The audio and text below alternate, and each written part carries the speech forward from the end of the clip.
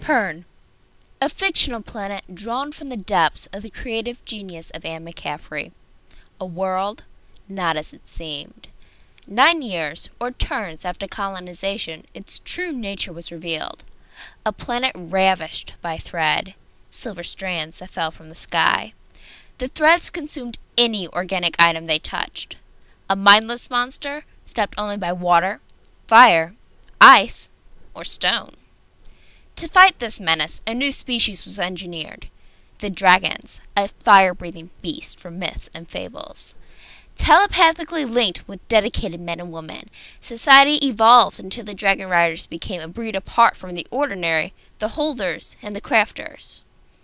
The dragon riders resided in wares, set aside from the general population. In time, the residents of Pern learned that thread fell in regular intervals, 50 turns of fall, 200 turns of peace and restoration. But occasionally, a long interval would come about. In those 450 turns, the dragon population would reach critical lows, and the lord holders, the leaders, would forget the great threat. Dragons and riders were treated lower than scum, and the world was unprepared for the coming onslaught.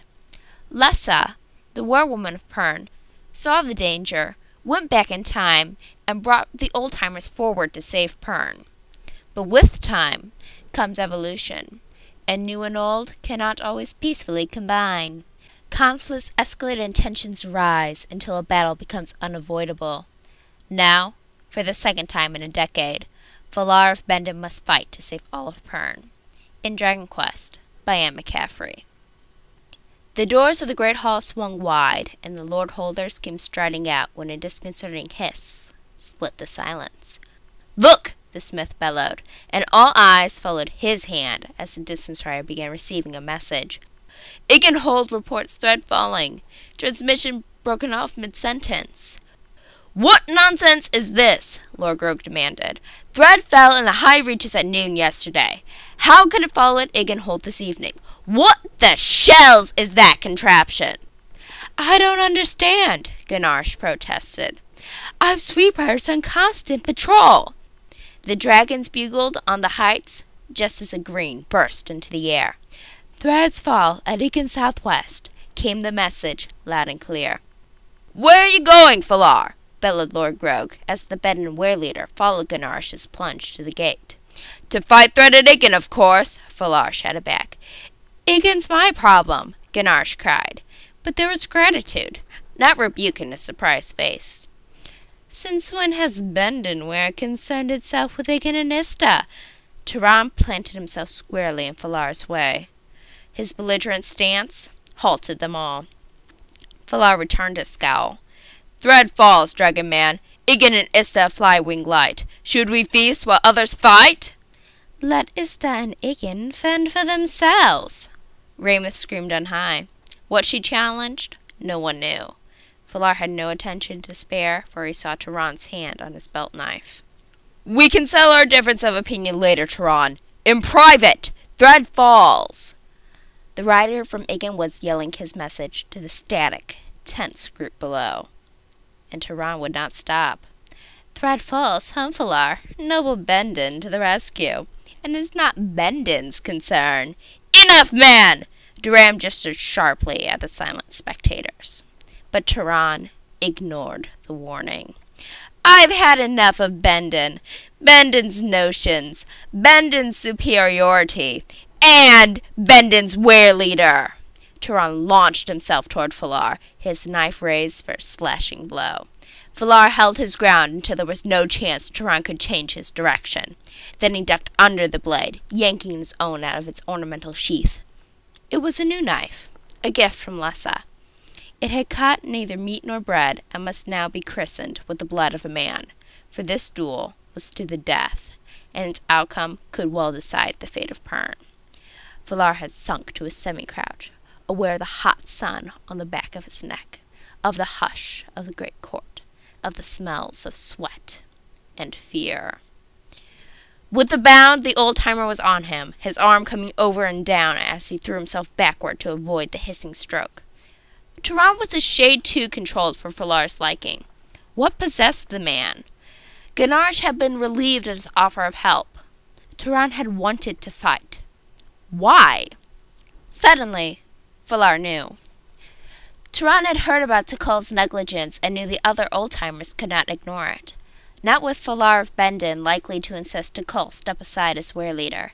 If Turan could kill Valar, he could control the others, and Valar's public death would leave the modern lord-holders without a sympathetic were-leader.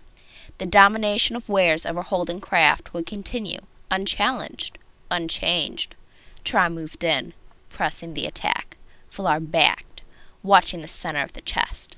Not the eyes, not the hand, the chest. That was the spot telegraphed the next move most accurately. The watchers gasped as the sound of torn fabric was clearly heard. Valar had decided Turan's swipe was only a scratch when a wave of nausea swept him. "Good try, but not fast enough, old-timer," Valar heard himself say, torn fabric jerking as he breathed. "Yes, old-timer," he said, keeping his words light, mocking.